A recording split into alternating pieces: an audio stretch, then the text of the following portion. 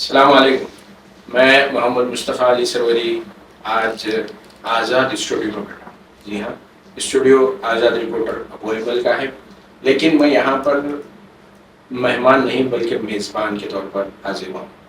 دوستو، آزاد رپورٹر ابو ایمل کے بینر تلے جو ایک سیریز شروع کی جا رہی ہے شہر حیدرآباد کی مختلف نمائندہ شخصیات کا تعارف۔ تو سب سے پہلے میں آج ہمارے مہمان جو ہیں، جو کہ دراصل میزبان ہے لیکن آج ان کا جو رول ہے وہ مہمان کا رول ہے، ان کا شکریہ ادا کرنا چاہوں گا کہ آپ نے مجھے اتنی آزادی دی ہے کہ بیٹھا ضرور میں آپ کے اسٹوڈیو میں ہوں، لیکن سوالات میرے اپنے ہوں گے، جواب آپ کو دینا ہوگا۔ دوستو، ہم یہ جو سیریز شروع کر رہے ہیں شہر حیدرآباد کی مختلف جو اہم شخصیات ہیں جو پچھلے 10-20 برسوں کے دوران جنہوں نے مختلف شعبوں میں اپنا نام کمایا، ان کا تعارف ہے۔ اسی تعارف کی پہلی کڑی میں آج ہم حاضر ہیں اور ہمارے ساتھ مہمان ہیں ابو ایمل صاحب۔ بے حد شکریہ آپ کا کہ آپ نے مجھے اتنی آزادی دی کہ آپ کے ہی اسٹوڈیو میں بیٹھ کے میں آپ سے سوالات کر سکوں۔ تو یہ وہ سوالات ہوں گے جس کے جواب ہمارے دیکھنے والے، سننے والے اور جو آپ کو پڑھتے تھے سابق میں وہ ضرور جاننا چاہیں گے۔ پہلا سوال، اپنے بارے میں بتائیے، مطلب آپ کیا ہیں وہ تو آپ کے پیج سے پتہ چلتا ہے آپ کیا کام کرتے ہیں، لیکن ہم جاننا چاہتے ہیں آپ کا تعلق کہاں سے ہے اور آپ کون ہیں؟ شکریہ سروری صاحب۔ بسم اللہ الرحمن الرحیم۔ میری پیدائش حیدرآباد کی ہے اور میں چار مینار ہاسپٹل میں پیدا ہوا۔ میرے والد محمد شریف علی صاحب جو پبلک گارڈن باغ عام کے سپرنٹینڈنٹ تھے، انتقال ہوئے تقریباً 15 سال ہوا، اور میرے دادا ہیلتھ ڈپارٹمنٹ سے وابستہ تھے، سرکاری ملازم تھے، اور شاد نگر کے آگے شاباد بلکہ ایک چھوٹا سا گاؤں ہے، وہاں پر وہ پریکٹس کرتے تھے، اور ہماری وہاں پر زراعت تھی۔ میرے والد اکلوتے تھے اور ان کی 4 بہنیں تھیں ان کی، تو میرے والد وہاں پر زراعت بھی کرتے تھے اور ساتھ ہی ساتھ یہاں پر سرکاری ملازم بھی، والدہ وہیں رہتے تھے۔ پھر بعد میں ہم قریب 50 یا 60 سال پہلے چندولال بارادری کالونی، ہاؤسنگ بورڈ کالونی ہے، کیونکہ گورنمنٹ امپلائیز کو دی گئی تھی وہ کالونی، جہاں پر سرکاری ملازم ہی رہتے تھے، جو بہادرپورے کے بالکل پاس میں ہے، وہاں پر ہم قریب 60 سال سے رہے ہیں۔ تو اسی اسنا میں ہم لوگ پورے 4 بھائی 3 بہنیں چار مینار ہاسپٹل میں ہی پیدا ہوئے ہم لوگ۔ یہ تھوڑا سا میرا مختصر سا تعارف ہے، اور ہم 4 بھائی پورے تاجر ہیں، اور تینوں بھائیوں کا بہت بڑا اپنی کنسٹرکشن کا بزنس ہے، اور بہت ہی ویل سیٹل ہے وہ لوگ پورے۔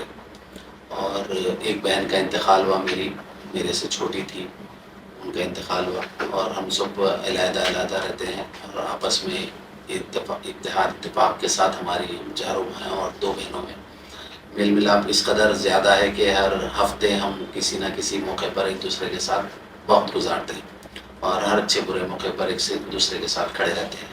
یہ میرا مختصر سا تعارف ہے۔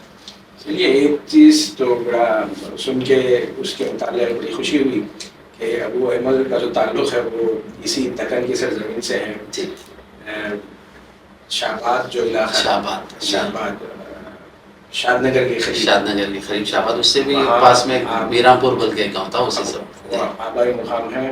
یہ تو آپ کا تعارف ہوگا خاندان کا کہ آپ کے والد صاحب کی کیا مصروفیت تھی، آپ کے بھائی کیا کرتے ہیں، افراد خاندانی متعلق۔ ایک جو تعارف آپ بتا رہے تھے کہ آپ کے جو بھائی ہیں وہ بزنس میں مصروف ہیں، آپ کا بزنس سے تعلق کیا ہے؟ میرا پورا گھرانہ پورا بزنس مین گھرانہ تھا۔ والد صاحب سرکاری ملازم ضرور تھے، تو میں شالی بنڈے پر سیم سائیکل ڈپو کے نام سے بزنس شروع کیا، کیونکہ میرے خلیرے 2 بھائی اس کاروبار سے وابستہ تھے، ان کی مدد لے کر میں یہاں پر شالی بنڈے پر سیم سائیکل ڈپو کے نام سے کام کیا کرتا تھا۔ تو نئے سائیکلیں بیچنے کا کام تھا میرا۔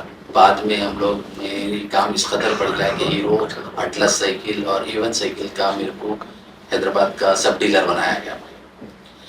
شالی بنڈے پر میرا سیم سائیکل ڈپو کے نام سے میرا بزنس تھا، اور قریب 16-18 لوگ میرے پاس کام کرتے تھے، نئے سائیکل فٹ ہو کر ڈسٹرکٹوں کو سپلائی تھی۔ اس وقت کے چیف منسٹر چندرا بابو نائیڈو کا، کیونکہ ان کا انتخابی نشان سائیکل تھا، تو انہوں نے وعدہ کر دیا تھا کہ تمام دیہات میں کہ سائیکل میں دوں گا۔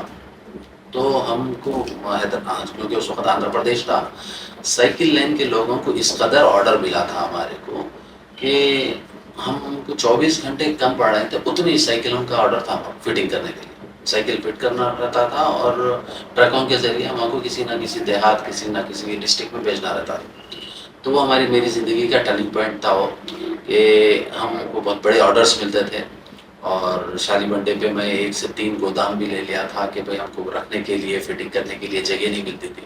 یہ میں بتا رہا ہوں قریب 25-30 سال پرانی بات ہو رہی ہے. تو وہاں سے ہماری بہت ہی اچھی خاصی آمدنی کا ایک ذریعہ بن گیا تھا. اس کے بعد میں سائیکل لائن چھوڑ کے ریئل اسٹیٹ کی لائن میں آیا. شاہین نگر کے آگے سعادت نگر بول کے ایک علاقہ ہے، وہاں پر میں پہلا کام کیا ریئل اسٹیٹ کا. تو وہاں پر پلاٹس لے کر بیچتا تھا. تو سعادت نگر اور شاہین نگر کے اطراف میں سمجھتا ہوں بہت ہی میں فگر تو نہیں بتا سکتا کہ آج بھی وہاں پر کے لنک ڈاکومنٹس میں میرا ہی نام آتا ہے کہ میں اس قدر پلاٹس بیچا وہاں پر. پلاٹس بیچنے کے بعد بہت ہی کم وقت میں 2006 کی بات بتا رہا ہوں کہ ریئل اسٹیٹ میں ایک ایسا بوم آ گیا تھا کہ بہت ہی اچھال آ گئی تھی. تو ہم وہ لائن میں جانے کے بعد کچھ ہی عرصے میں میری کافی فائدہ ہوا. تو میرے ایک دوست تھے محمد جہانگیر جو دبئی سے آئے تھے، ہم میرے پارٹنر تھے، وہ ان کی بہت سپورٹ تھی میرے کو اس کام میں. ہم دونوں سمجھ گئے کہ بھائی جس قدر ہم پیسہ کم وقت میں کما لیا، ایسا چلے بھی جا سکتا، لہٰذا اپن وہ لائن کو چھوڑ دیں گے. کیونکہ ہم کو خوف ہو گیا تھا کہ آیا جو کم وقت میں پیسہ آیا پھر واپس بھی کسی وجہ سے چلے جائیں گے. ہم لوگ اسکول ڈالنے کا پلان کر لیا، ایک بڑا اسکول ڈال کے ملت کی خدمت کریں گے. لیکن اللہ کو کچھ اور منظور تھا. اس اسنا میں میری خان لطیف خان صاحب سے ملاقات ہوئی.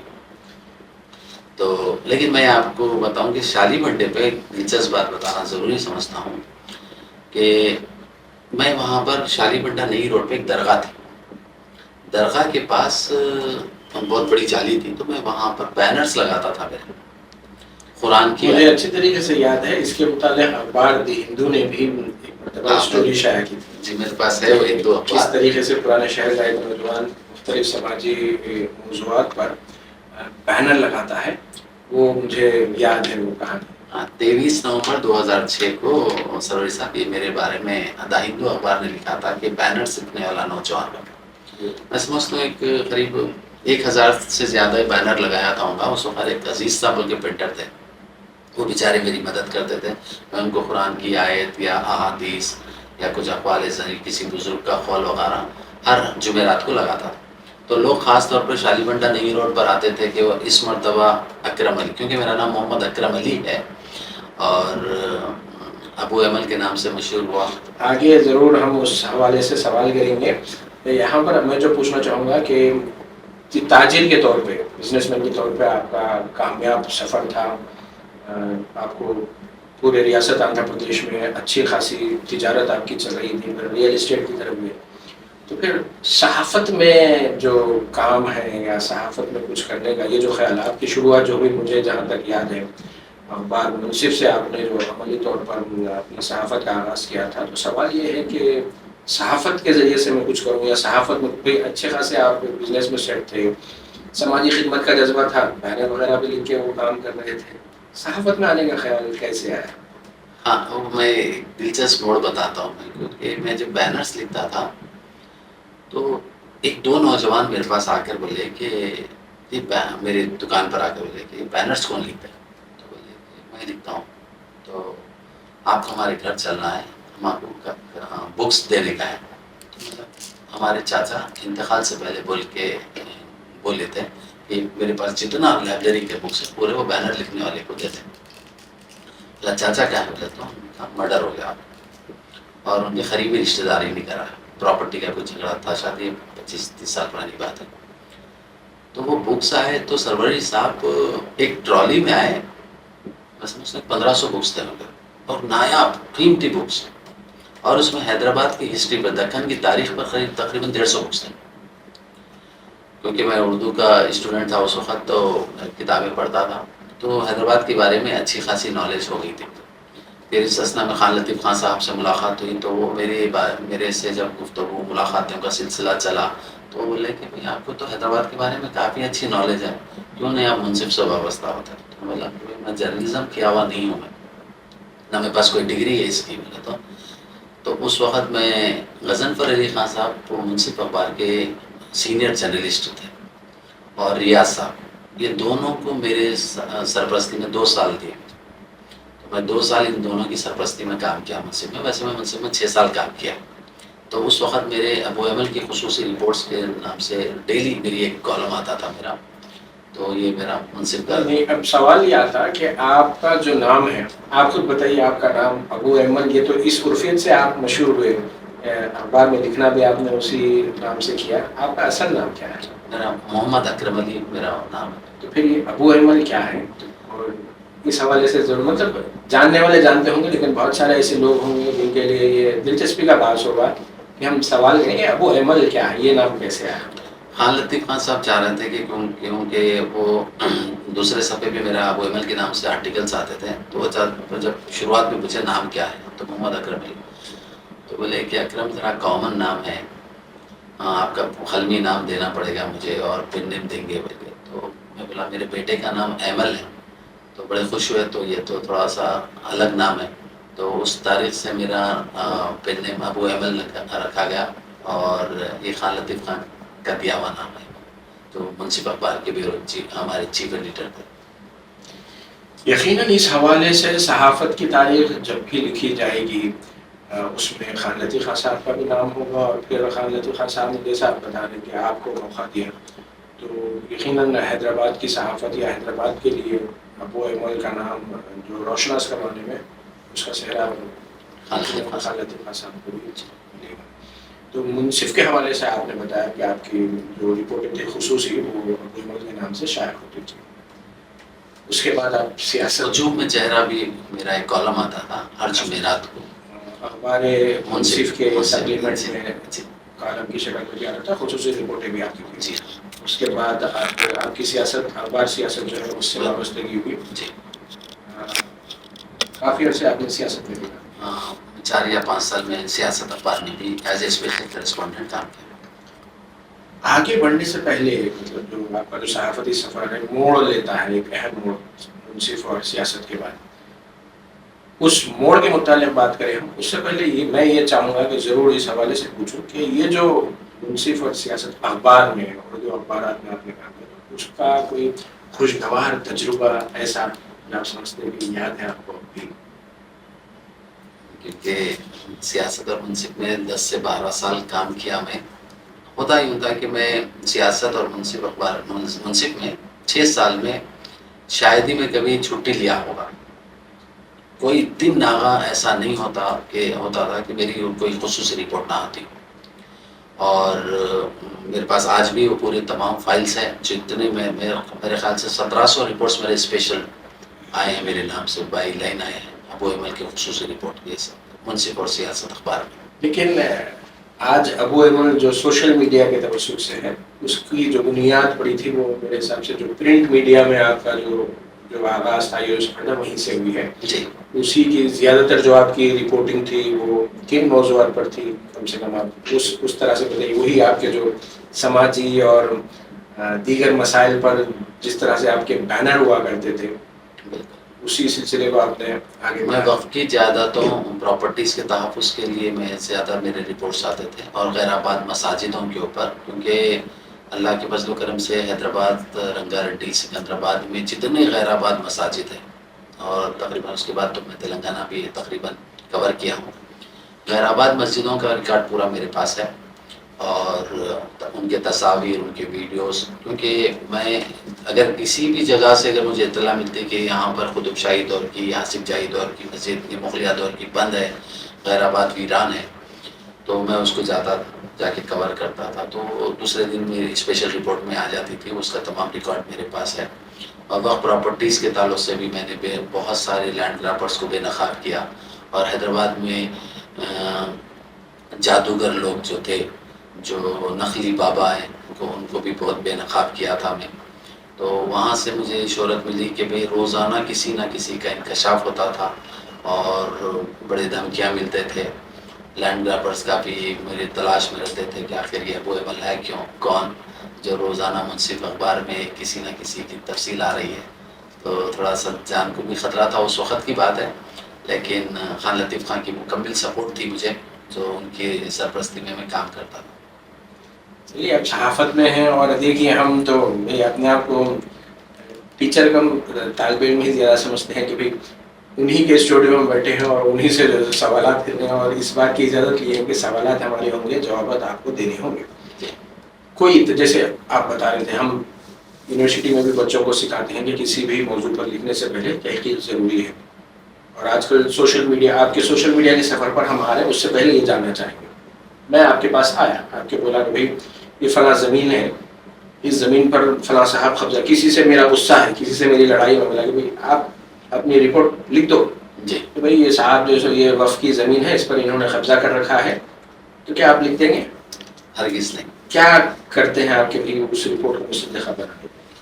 کیونکہ جب اگر اس طرح کی آپس کے بعض وقت دشمنیوں میں لوگ ایک دوسرے کی غلط انفارمیشنز بھی دے دیتے تھے، لیکن جب تک کہ میں اپنی پوری تحقیق کے مکمل میں مطمئن نہ ہوں، میں اس تک شائع نہیں کرتا تھا۔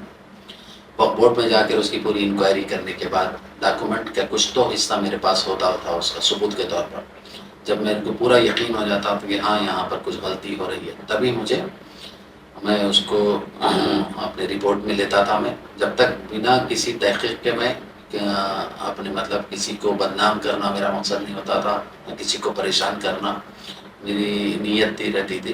ہاں اگر کوئی غلطی کرا ہے تو میں پوری مکمل تحقیقات کرتا تھا اس میں، کیونکہ اخبار ایک ذمہ دار وہ ہوتا ہے، تو اخبار پہ سوال اٹھ جائے گا۔ اور آج بھی ہم کسی سوشل میڈیا پلیٹ فارم پہ کسی کے بارے میں لکھتے ہیں، ویسے تو میں کسی کے انفرادی طور پر خلاف نہیں لکھتا، جب بھی اگر لکھ دوں تو مجھے پورا سورسز بہت اسٹرانگ رہتے ہیں اور میرے پاس اس کا کچھ واضح طور پر پروف ہوتا ہے، تبھی میں لکھتا ہوں۔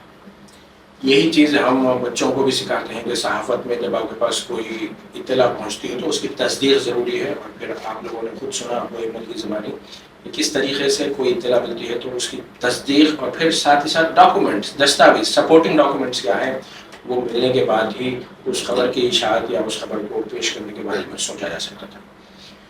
اب ہم اس موڑ کی طرف آتے ہیں جو ابو ایمل کی زندگی میں، صحافتی زندگی میں ایک اہم باب رہا ہے، اور جب کبھی حیدرآباد کی تاریخ خاص طور پر سوشل میڈیا کے زمانے میں لکھی جائے گی تو اس میں ابو ایمل کا نام بھی ہوگا۔ اس لیے نہیں کہ ہم آزاد رپورٹر ابو ایمل کے اسٹوڈیو میں بیٹھے ہیں، بلکہ غیر جانبدارانہ انداز میں بھی جب ہم تجزیہ کرتے ہیں تو اس چیز کو یقیناً آنے والا ناظر بھی نوٹ کرے گا۔ سوشل میڈیا کا آپ کا جو سفر ہے، جس کی جو آج جو بلندیوں پر آپ بیٹھے ہیں ماشاءاللہ سے، اس کے متعلق بتائیے کہ یہ سفر کب اور کیسے شروع ہوا؟ میں سیاست اخبار میں کام کرتا تھا ایز اے اسپیشل کرسپونڈنٹ، تو میری جو بھی رپورٹس آتی تھی، میری اہلیہ ایک فیس بک پیج بنائے تھے، کیونکہ وہ پڑھی لکھی خاتون ہیں اور کمپیوٹر سے بھی بہت اچھی طرح نالج ہے ان کو۔ مجھے پتہ ہی نہیں تھا کہ وہ میرے جو بھی سیاست اخبار میں آرٹیکل آتے تھے وہ دوسرے دن فیس بک پہ اور انسٹاگرام پہ ڈالتے تھے، تو بعد میں پتا اس میں کچھ انکم کے سورسز بھی بننے لگے اس میں، تو وہ بتایا کہ بھئی اب آپ سوشل میڈیا کے پلیٹ فارم سے اپنا کام شروع کر سکتے ہیں۔ تو پھر انہوں نے مجھے بتایا کہ بھئی یہ تفصیلات ہے، اس طرح کے کام کرنا پڑے گا۔ میں سوچا بھی نہیں تھا کہ میں اس لائن میں پرنٹ میڈیا سے ایک دم الیکٹرانک میڈیا میں آ جاؤں گا۔ دھیرے دھیرے ایسا ہوا کہ میرے ریگولر رپورٹ جو میں اخبارات کو دیتا تھا، میں اپنے سوشل میڈیا پلیٹ فارم پہ شروع کرا۔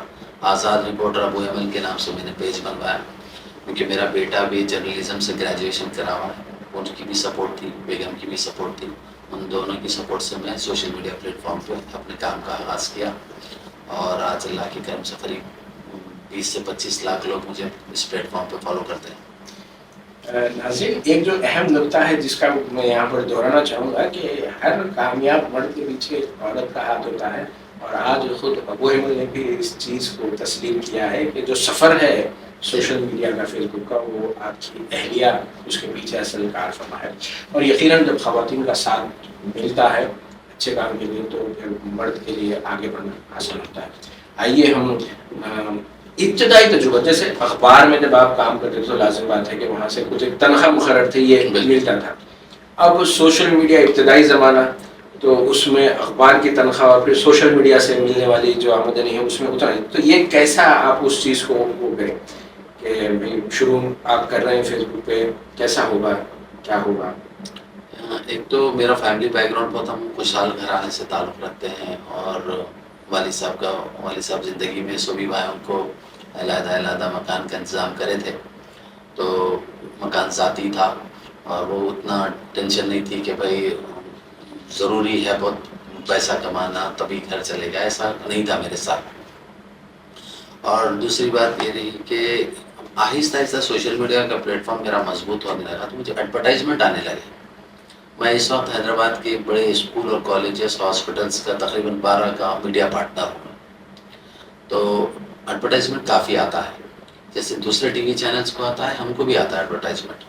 اب تو یہ کیفیت ہے کہ قریب 8 سے 10 لوگ میرے پاس میرے ساتھ سپورٹ کرتے ہیں، کام کرتے ہیں میرے ساتھ، اور کوئی ہوٹل کا ابتدا ہو یا ہاسپٹل اسکول سبھی لوگ بلاتے ہیں کہ بھئی کوریج کرنے کا ہے۔ تو یہ بھی میں کہوں گا کہ بنسبت دوسروں کے میری فیس ذرا زیادہ ہے، کیونکہ فالوئنگ زیادہ ہے اور لوگ مجھ پہ اعتماد کرتے ہیں، اور ایڈورٹائزمنٹ اچھا خاصا اللہ کے فضل و کرم سے آتا ہے مجھے۔ آج اگر میں بات کروں، یہ کوئی مبالغہ علیہ کی بات نہیں، انتقال کی خبر کے حوالے سے کہا جاتا ہے کہ جب تک کسی کے انتقال کی خبر اخبار سیاست میں شائع نہ ہو اس کی مغفرت نہیں ہوتی۔ ذرائع مذاق کہا جاتا ہے، لیکن اخبار سیاست میں وہ خبر شائع ہوتی ہے سمجھتے کہ سب لوگوں تک پہنچ گئی۔ خبروں کے حوالے سے آج یہ دیکھا جا رہا ہے کہ بھی ابو احمل آج ہماری خبر کو کور کر رہے ہیں یا نہیں کر رہے ہیں۔ آج حیدرآباد میں اللہ نے آپ کو وہ مقام دیا ہے۔ سوال میرا جو آپ سے ہے کہ خوشگوار تجربات جو رہے اس حوالے سے آپ کا وہ بتائیے کہ آپ کے فیس بک پیج پہ جو ریسپانس آیا ہے کسی ایسے شہر سے، کسی ایسے کونے سے آ گیا کہ آپ کو بھی تجربہ ہے بھائی میں حیدرآباد میں ہوں اور اس شہر سے مجھے فون آ رہا ہے یا اس شہر سے مجھے ریسپانس آ رہا ہے، وہ بتائیے گا۔ یہاں پر خان لطیف منصف اخبار میں جب میں تھا تو ایک اشتہار کلکتے کے اخبار میں چھپا تھا، تو کہ کلکتے کا کوئی اردو اخبار اشتہار میں لکھا تھا کہ ہم کو حیدرآباد کے ابو احمد جیسے جنونی رپورٹر کی ضرورت ہے، ایک اشتہار چھپا تھا۔ تو خان صاحب بتاتے تھے کہ بھائی آپ کے بارے میں اس طرح کی کلکتہ کے اخبار میں آیا ہے۔ اور ایک بات، فیس بک پیج پہ میں کافی سال، میں قریب 8 سال سے سوشل میڈیا پلیٹ فارم پہ ہوں۔ 5 یا 6 سال پرانی بات ہوگی کہ ایک بزرگ بکریاں چراتے ہوئے نماز کا وقت ہوا تو کونے میں پتھر پر، شاید پہاڑ کی چٹان تھی، اس پہ نماز ادا کرے تھے۔ وہ ویڈیو مجھے کسی ذریعے سے ملی تھی، وہ ویڈیو جو وائرل ہوئی تھی، میں سمجھتا ہوں کہ 7 سے 9 کروڑ لوگ دیکھے تھے وہ ویڈیو۔ 9 کروڑ لوگ دیکھے تھے، تو میں دنگ ہو گیا تھا کہ ویڈیو اس قدر وائرل ہو گئی ہو۔ بعض وقت ہم توقع کرتے ہیں کہ یہ ویڈیو تو بہت چلے گی، اور بعد میں کچھ دن بعد پتہ چلتا ہے تو یہ کچھ اس کا جیسا ہم توقع کرے تھے ویسا ریسپانس نہیں آیا۔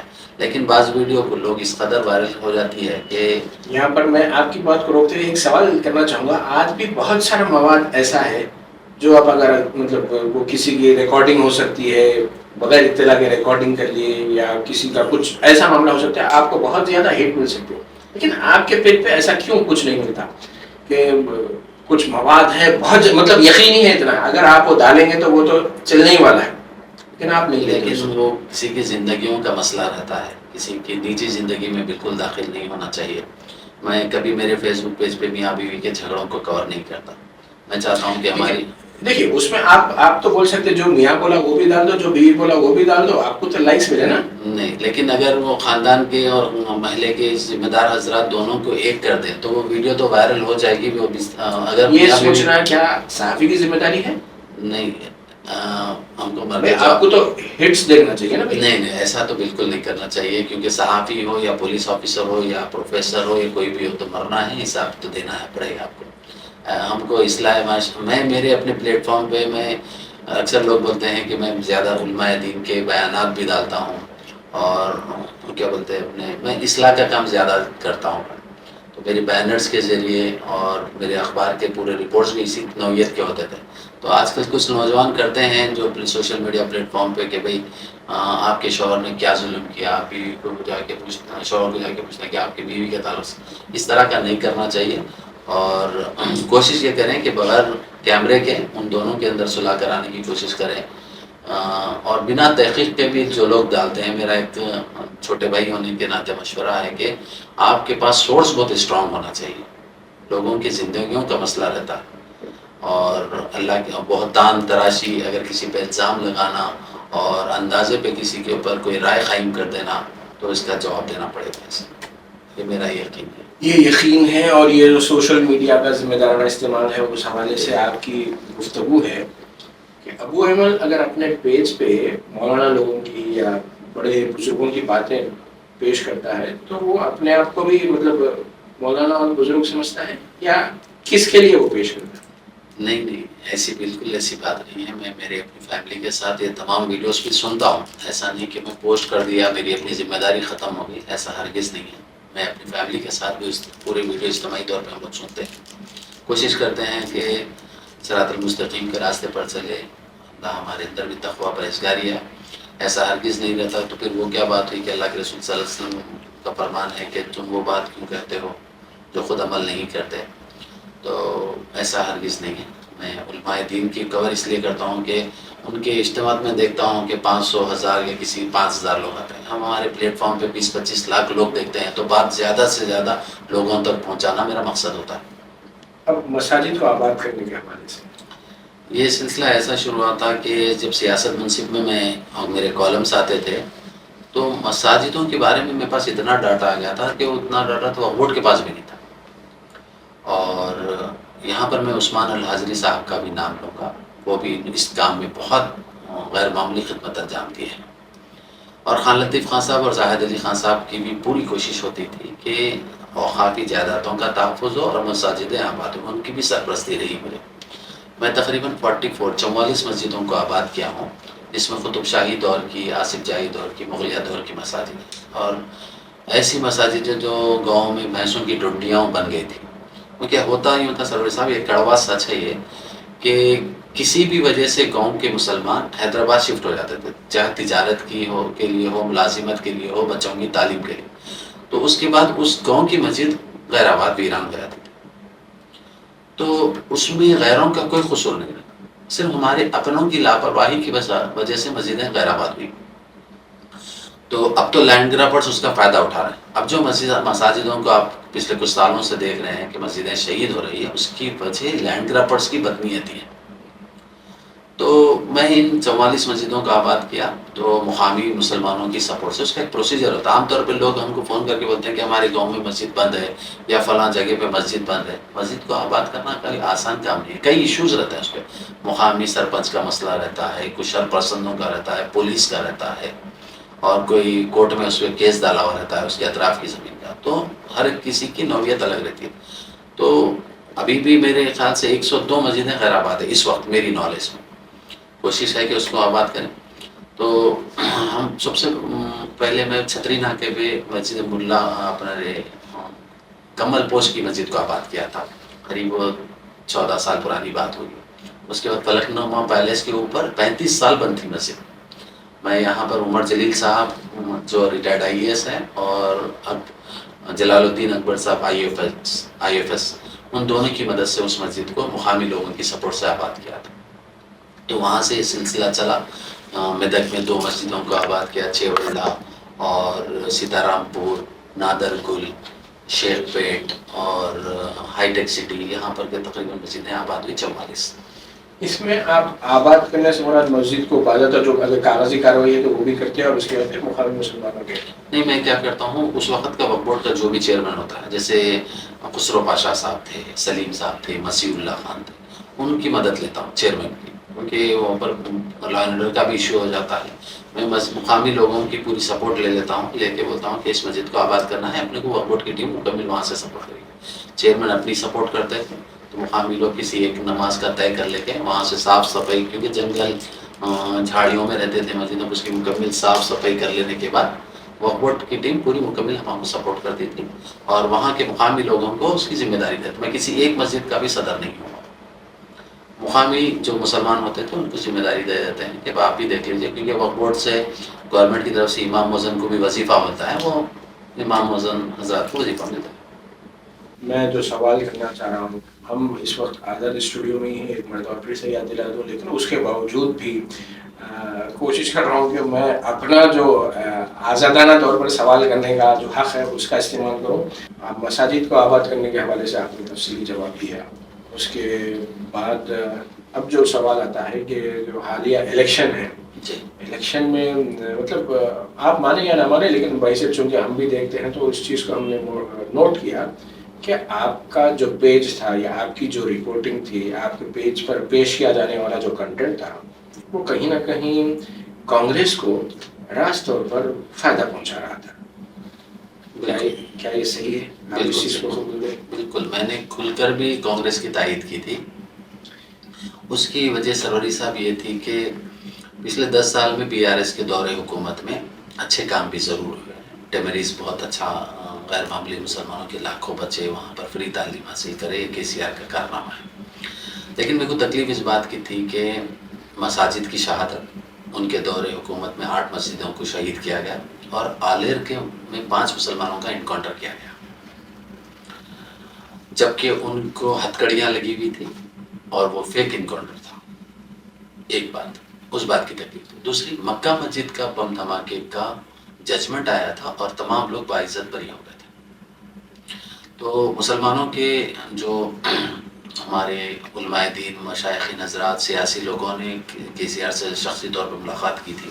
تو انہوں نے کہا تھا کہ اس کیس کو ری اوپن کر کے میں ان کو سزا دلاؤں گا, جو آج تک نہیں ہوا. مجھے اس بات کی بہت تکلیف تھی کہ مکہ مسجد کا بم دھماکہ تو ہوا, 14 لوگ شہید ہوئے, پھر آخر کون کر, وہ مجرم آج بھی آزاد ہے. تو اس بات کی تکلیف تھی. میں نے طے کر لیا تھا کہ اس حکومت سے سوال کریں گے, اور کیونکہ راہل گاندھی سے میں کافی متاثر ہوں, کیونکہ وہ ایک BJP کے سامنے ایک مضبوطی کے ساتھ کھڑے ہوئے ہیں. تو میں اصل میں بھی ان کی ایک طاقت کا حصہ بننا چاہ رہا تھا. تو میں نے کھل کر BRS کی مخالفت کی اور کانگریس کی تائید کی. یہی وجہ تھی. اور بھی 12 سے 14 وعدے تھے KCR کے مسلمانوں کے تعلق سے, وہ بورڈ کو جوڈیشل پاور دینا, اور کیا بولتے جہانگیر پورہ درگاہ میں 50 کروڑ سے اس کو ڈیولپ کر دینا. اتنے بڑی بڑی باتیں, میں ایک لمبی فہرست بتا سکتا ہوں کہ KCR کے جھوٹے وعدوں کی. نہیں تو سوال آپ کے اوپر یہ بھی اٹھ سکتا کہ بھی پھر آپ کیا اس وقت آواز اٹھائے تھے جب KCR خود حکومت میں تھے؟ بالکل, میری آپ پوری رپورٹنگ دیکھ کر لیا. میں بار بار سوال کرتا تھا, وہ لوگ مجھ سے بات بھی کرتے تھے. تو میں جب ان کے سامنے یہ بات رکھتا تھا اس کا کوئی جواب نہیں دیتے تھے. تو میں نے کھل کر الیکشن سے پہلے کانگریس کی تائید اسی لیے کی. اچھا, یہاں پر آپ کیا سمجھتے کہ جو سامنے والا ہے اس کو مطمئن کرنا زیادہ امپورٹنٹ ہے یا اپنے اندر اطمینان رہنا اس حوالے سے؟ اپنے اندر اطمینان بہت ضروری ہے. سامنے والے سے ہمارا کون جواب دینے والا, ہم کو خود سے ہم اپنے آپ کو مطمئن کرنا ہے کہ کیا ہم حق پر چل رہے ہیں یا نہیں چل رہے ہیں, یا اس سے قوم کا فائدہ ہے یا نقصان ہے, یہ دیکھنا کہ ہمیں ایک دن جواب دینا پڑے گا. کسی بھی وقت آنکھ بند ہو سکتی ہے, ورنہ لوگ جنازے.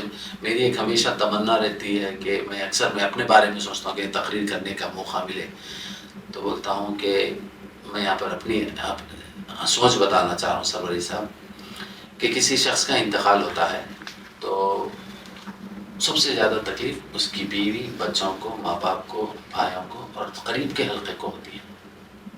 میری نظر میں وہ ناکام آدمی ہے. وہ شخص دنیا آخرت میں کامیاب ہے کہ اس کے انتقال سے محلے کے لوگ غمزدہ ہو, شہر کے لوگ غمزدہ ہو, قوم کے لوگ بولے کہ اس سے قوم کا نقصان ہوا اس کے انتقال سے. وہ شخص دنیا آخرت میں کامیاب ہے. اگر میں ایک واقعہ سنوں کہ ایک صاحب کا انتقال ہوا تھا تو اس کے جنازے کے پاس سے, میت کے پاس سے کچھ لوگ کچھ فاصلے پر رو رہے تھے. سب بولے کہ بھئی یہ تو فیملی کے بھی نہیں دکھ رہے ہیں, اور وہ لوگ رو رہے ہیں. جب جنازہ اٹھنے کے بعد ان سے بات کرے تو بولے کہ ہمارے بچوں کی فیس انہوں ادا کرتے ہیں. ایک صاحب بولے کہ میں کینسر پیشنٹ ہوں, میرے گھر کا کرایہ انہوں ادا کرتے تھے. کتنا کامیاب شخص نہیں تھا ان کا, سوچیے. فیملی تو متاثر ہوئی تھی غم میں اس کے, لیکن دوسرے لوگوں کو بھی جو اس کے انتقال سے, میں چاہتا ہوں کہ ایسا ہی جب کھاندہ جنازہ میرا جائے تو لوگ پیچھے سے بولے کہ کچھ کر کے گیا.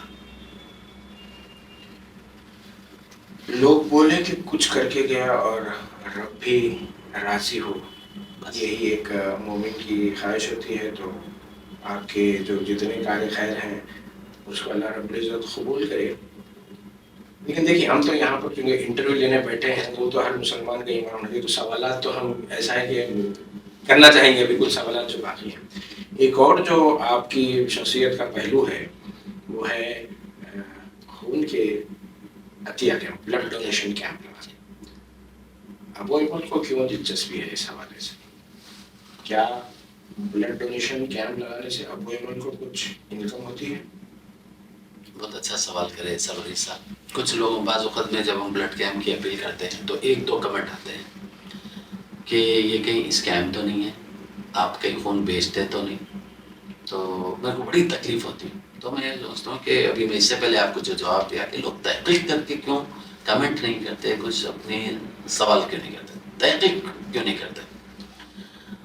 تو میں آپ کو بتاؤں لاک ڈاؤن میں بچوں کو بلڈ کی بہت تکلیف ہو رہی تھی. تیلیسیمیا پیشنٹ حیدرآباد میں تیلیسیمیا سیکل سیل سوسائٹی ہے جو 25 سال سے بڑی کامیابی کے ساتھ کام کر رہا ہے. یہ پہلے پرانی حویلی میں تھا, اب یہاں آرام گڑھ شیورام پلی کے پاس ہے, راگھویندرا کالونی. اس کے پریزیڈنٹ ہے چندرکانت اگروال صاحب, اس کے جوائنٹ سیکریٹری علیم بیگ صاحب ہے جو میرے اچھے دوست ہیں. بہت ہی اچھی ٹیم وہاں پر کام کر رہی ہے. تقریباً 4000 تیلیسیمیا کے پیشنٹ ان کے پاس رجسٹرڈ ہیں, جن کو مہینے میں 2 مرتبہ خون چڑھانا بے حد ضروری اور لازمی بھی ہوتا ہے. اور آپ کو میں سے بول رہا ہوں کہ بلڈ کیمپس کے آغاز تو آپ ہی کرے تھے سروری صاحب, آپ, مفتی قاسم صدیق تذکیر صاحب اور احسن علمومی صاحب, آپ ہی کی کوششیں 12-15 سال پہلے شروع ہوئی تھی. میں آپ لوگوں کی سپورٹ کرتا تھا اس وقت کیمپ پہ آ کے, خالی ٹھہرتا, کیونکہ اب سوشل میڈیا کا پلیٹ فارم میرا اسٹرانگ ہو گیا ہے, لاکھوں لوگ دیکھتے ہیں. تو اب ہم اپیل کرتے ہیں, لوگ نوجوان آتے ہیں, بلڈ ڈونیٹ کرتے ہیں. تو میں اگر کسی کو ذرتی برابر بھی شک ہے کہ بلڈ کیمپ سے آنے والے خون کو بیچا جاتا ہے یا فری میں نہیں دیا جاتا پیشنٹ کو, تو میری ایک گزارش ہے کہ تیلیسیمیا سیکل سیل سوسائٹی جو زیادہ دور نہیں ہے وہاں پر آپ وزٹ کریں. 24 گھنٹے وہاں پر کھلا رہتا ہے, ہر کسی کے لیے ویلکم کیا جاتا ہے. وہاں پر جوائنٹ سیکریٹری علیم بیگ صاحب رہتے ہیں اور چندرکانت اگروال صاحب رہتے ہیں, اور سی او وہاں کی سمن جین ہے, رتناولی میڈم ہے, راٹھی صاحب ہے, امین بھائی ہے. آپ کے جتنے کیمپس ہوتے ہیں انہی کے اس کے علاوہ صرف 2 کیمپ میں نے کینسر پیشنٹ کے لیے کیا تھا گورنمنٹ ہاسپٹل نیلوفر کے لیے کیا تھا. صرف 2 کیمپ کینسر کے لیے کیا تھا, باقی کے پر میں اب تک 104 کیمپ کیا ہوں. تو کوئی بھی فرد اس کی جانچ کر سکتا ہے, کسی بھی وقت کبھی بھی کوئی بھی شخص جا کر دیکھ سکتا ہے کہ ہمارا دیا ہوا خون یہ لوگ کیا استعمال کر رہے ہیں. آپ کو بتا دوں کہ تیلیسیمیا کے پیشنٹ کو مہینے میں 2 مرتبہ بلڈ دینا ضروری ہوتا ہے. بعض تو ایک حیات فاطمہ ہے, مہینے میں 6 مرتبہ خون چڑھانا ہے.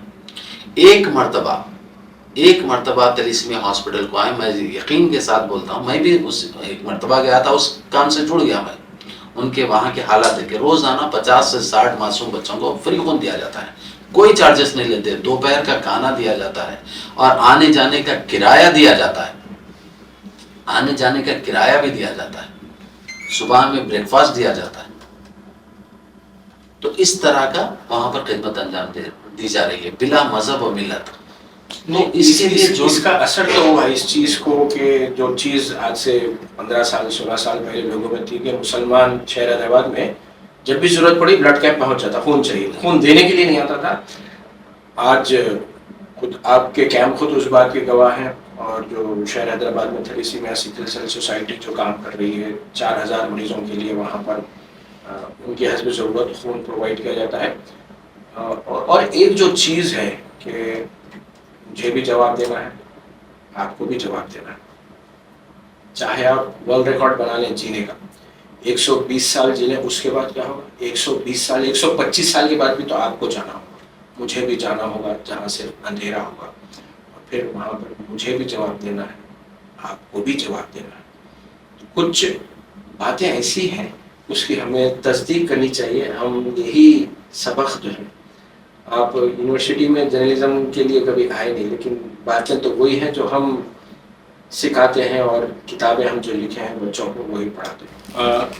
آزاد رپورٹر ابو ایمل کے اسٹوڈیو میں اس وقت ہم بیٹھے ہیں, اور آپ کے روبرو ہیں خود آزاد رپورٹر ابو ایمل. سوالات کا سلسلہ جاری ہے, اور میرا جو اگلا سوال ہے وہ ہے ایک دلچسپ, میرے حساب سے کچھ برس پہلے کی بات ہے, جب آپ کے جو ایم پی ہیں سنجے سنگھ, راجیہ سبھا کے ممبر ہیں, ان کا انٹرویو دیکھنے کو ملا تھا.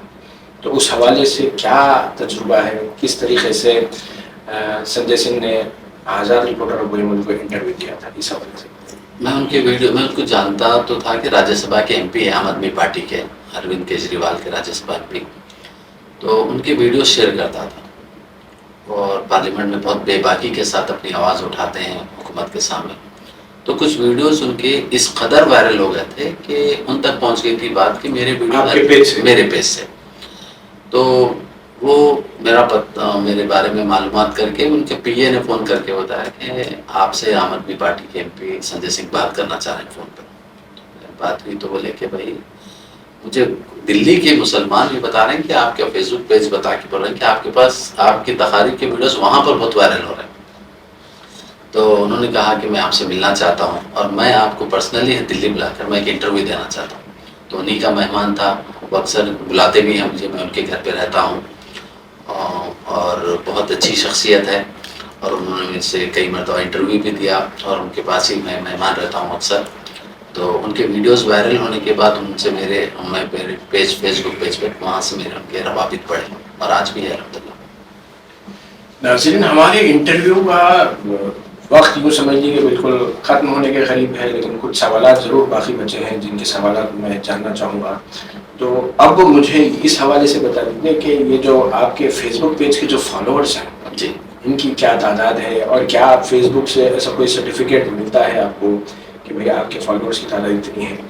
ایسا کچھ بھی نہیں ہے. اچھا جی, ایسا بالکل کچھ بھی نہیں, کوئی سرٹیفکیٹ نہیں ملتا. میرے خیال سے ایک فیس بک پیج پر تقریباً 18 لاکھ لوگ مجھے دیکھتے ہیں, دوسرے پیج پر 10 لاکھ ہے, انسٹاگرام پر 3 لاکھ ہے, لگ بھگ ایسے ہی 25-30 لاکھ لوگ مجھے فالو کرتے ہیں فیس بک پیج پر, سوشل میڈیا پلیٹ فارم پر. روزانہ کی اگر میں بات کروں تو اوسطاً ایوریج ایک دن میں کتنے لوگ آپ کے کنٹینٹ مطلب آپ کے پیج کو وزٹ کر لیتے ہیں؟ تقریباً 20 لاکھ لوگ کرتے ہیں. حیدرآباد میں کتنے ایسے پیجز ہیں جو اس لیول کے ہیں؟ قریب تو ہے, لیکن زیادہ تر 1 لاکھ 2 لاکھ 3-4 لاکھ کے فالوورز کے زیادہ پیجز ہیں. 5 سے 10 لاکھ کے میں سمجھتا ہوں 2-4 ہوں گے بس. بس وہ لوگ بھی اچھا کام کر رہے ہیں اور بس ایک گزارش یہ ہے کہ ہر پوسٹ پر یہ سوچیں کہ اس سے ملت کا فائدہ ہے یا نقصان ہے, یہ سوچ کر پوسٹ کرنا ضروری ہے. کیونکہ فرقہ پرست طاقتیں, شرپسند لوگ ہمیں نقصان پہنچانے کے لیے وہ لوگ بہت کام کر رہے ہیں. ہم بھی کہیں ان کے راستے پر نہ چلیں, اس لیے میں کوشش یہ کرتا ہوں کہ ہمارے ہر پوسٹ سے قوم کا فائدہ ہو رہا ہے یا نقصان ہو رہا ہے سوچنا ہماری ذمہ داری ہے. اور انکم کے بارے میں کب سوچیں؟ انکم کے بارے میں تو دیکھیے اللہ پاک تو ایسے ذریعے بنا دیا ہے کہ اب میں کئی بتایا نا, ہاسپٹلس, اسکولس, کالجز اور کئی ٹریول ایجنسیز کا میں میڈیا. تو آپ کا پیج بڑا ہے, آپ کو مل جاتے ہیں. جی, میں نیا شروع کراتا ہوں, میں کچھ میاں بیوی کے جھگڑے یا کچھ مسئلہ اگر ڈالا میں جی, تو شاید تب میں اس آگے بڑھوں گا, تب میں اس لیول پر پہنچوں گا. نہیں, وہ میں نہیں سمجھتا کہ آپ کی نیت اس طرح ہے تو اللہ پاک نے ایسا نہیں کرنا چاہیے, کیونکہ لوگوں کی عزتوں کا خیال رکھنا مسلمان پر فرض ہے, لازمی ہے. اگر آپ ان کی جگہ اپنے آپ کو دیکھو, آپ کی فیملی کو دیکھو, آپ بتائیں گے, کوشش کریں گے کہ یہ بات تو چھپ کے رہے, دب کر رہے. تو اپنی ہر کہانی چھپانا چاہوں گا.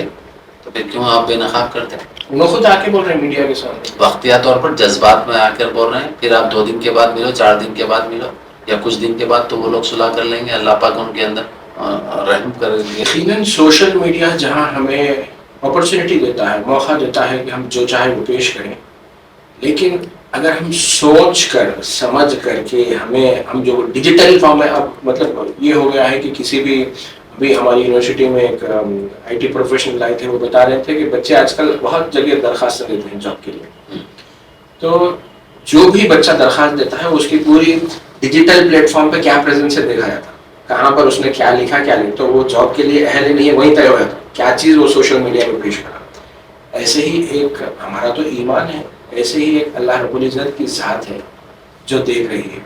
جس طریقے سے فیس بک پر پیش کیا جانے والا کنٹینٹ آپ چاہے ڈیلیٹ کر دیں, لیکن وہ فیس بک کی کمپنی کے پاس اور جو سیکیورٹی ایجنسیاں ہیں ان کے پاس وہ محفوظ رہتا ہے. اور اللہ رب العزت کی ایک ذات ہے جس کے پاس ہر چیز سیو ہوتی ہے. تو وہ والا تصور اگر آ جائے تو ہم ڈیجیٹل میڈیا کے پلیٹ فارم سے روزگار بھی حاصل کر سکتے ہیں اور اپنا توشہ آخرت بھی جمع کر سکتے ہیں. ابو ایمل آزاد رپورٹر سے میرا جو اگلا سوال یہ ہے کہ اب تو فیس بک پیج کے توسط سے آپ کے بہت سارے فلاحی کام چل رہے ہیں، لیکن ایک جو اطلاع ہے، ایک جو انفارمیشن ہے وہ ایسی ہے جو آپ کے فیس بک پیج سے پہلے کی ہے. اس کے متعلق میں جاننا چاہوں گا خود آپ ہی سے کہ اخبار کا نام مجھے یاد نہیں آ رہا ہے، لیکن اخبار میں ایسی ضرور اطلاع دی تھی کہ آپ اپنے علاقے میں لوگوں کو جو سود پر قرضہ لے کے پریشان تھے ان کو سود سے راحت دلانے کے لیے کوشش کی تھی. کیا ہے اس حوالے سے؟ وہ دا ہندو نیوز پیپر انگلش کا، اور انہوں نے میرے بارے میں لکھا تھا کہ بنگلہ دیش کے جو یونس صاحب ہے، فی الحال جو وزیر اعظم ہے، اسی طرح حیدرآباد میں محمد اکرم علی بلاسودی رقم دیتے ہیں. کیونکہ میں جب ریئل اسٹیٹ کے کاروبار میں تھا تو میرے دوست احباب بڑے خوشحال تھے، ہم سب آپس میں مل کے لوگوں کو جو چھوٹے چھوٹے پیمانے پر سود کے پیسے لیتے تھے تو ان لوگوں کو بلاسودی رقم دیتے تھے. ہمارے تجربہ بہت ناکام رہا کیونکہ لوگ واپس نہیں کرے پیسے وہ، تو ہم وہ کام کو بند کر دیا. میرے پاس وہ اخبار ہے، میرے بارے میں لکھا گیا تھا نومبر کی 16 کو 2006 کو، یہ میرے بارے میں لکھا گیا تھا یہ کہ محمد یونس سے متاثر ہو کر حیدرآباد کے نوجوان اکرم علی نے بلاسودی رقم دی تھی.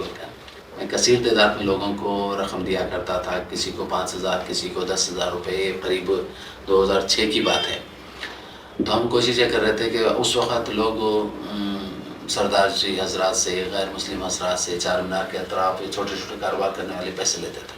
وہ سلسلہ ختم ہو کر کے ہم کرے تھے، لیکن لوگ واپس نہیں کرے تو اس میں ہم کو کافی نقصان ہوا تو وہ سلسلہ بند کرنا پڑا. اپنا درد تو جانور بھی محسوس کرتے ہیں، انسان وہ ہے جو دوسروں کا درد محسوس کرے. کوشش تو کی آپ نے جی. اب یہ مسلم کمیونٹی کے لیے کہیں نہ کہیں لمحہ فکر ہے کہ سود کے بغیر اگر کوئی قرضہ دے رہا ہے تو وہ قرضہ لینا ہم جتنا آسان سمجھتے ہیں، لوٹانا اس کو آسان نہیں سمجھتے. اس کے نتیجے میں جو اچھا کام کر رہے ہیں ان کو بھی آگے بڑھنے کی راہ نہیں ملتی. ہماری آج کی اس جو نشست تھی، اس نشست میں ہم نے ابو ایمل اکرم علی کو آپ کے روبرو پیش کرنے کی کوشش کی. یقیناً بہت سارے سوالات ذہن میں تھے، لیکن وقت کی خیر کی ایک چیز ہے، اسی کو ہم ملوث رکھتے ہیں اور یہیں پر ہم اجازت چاہیں گے آج کے مہمان ابو ایمل اکرم علی صاحب سے، اور ایک مرتبہ ضرور آپ کا شکریہ ادا کرنا چاہیں گے کہ آپ نے اتنی آزادی دی کہ آپ کے اسٹوڈیو میں بیٹھے اور سوالات آزادانہ طور پر کریں. بے حد شکریہ. اس امید کے ساتھ کہ آپ حضرات سے دوبارہ ملاقات ہوگی، اجازت چاہتا ہوں. بے حد شکریہ.